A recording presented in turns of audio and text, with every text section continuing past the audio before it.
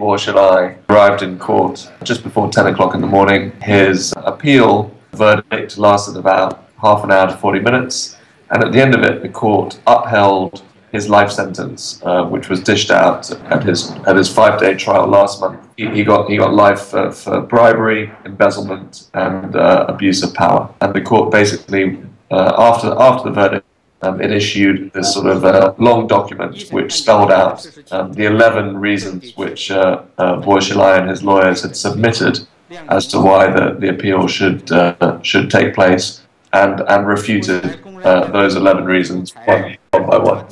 After the initial trial, there was a lot in the Chinese media basically trumpeting the fact that this was the first time that the transcripts from a court proceeding had been published in real time. The public had been allowed to see that justice was being done, that it was open and transparent and fair, and that it showed that rule of law did exist in China, which is true to an extent, that it is the first time that any of those things have happened. I think that, it would have been better if journalists had been allowed into the court, of course, foreign journalists. But it is true that they showed at least some of what had happened. But the appeal, the judges simply went to Bo's detention center and went through the material with him in private. So we weren't really allowed to see any of how the proceedings had unfolded. Again, journalists were barred from court this morning. In a way, they've really sort of undone some of the progress that they made beforehand. What we've seen is pretty typical behaviour by the government as part of what they call maintaining stability, making sure that things don't get out of hand. They've carefully scrubbed a lot from the internet. They've sent out instructions to journalists and to newspaper editors about what they can and can't publish. They've warned newspapers to make sure that they keep a close eye on the individual Twitter accounts or Weibo accounts of their staff.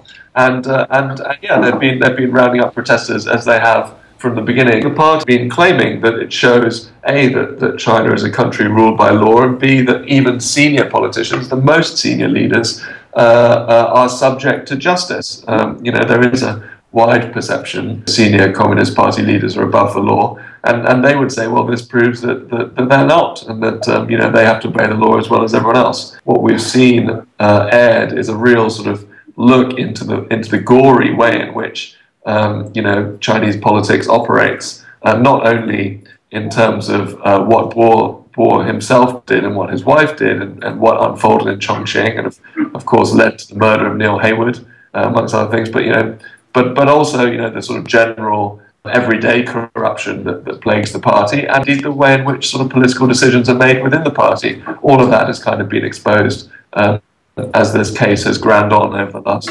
18 months or so. That has been pretty damaging to the idea that Chinese politics is clean in any way.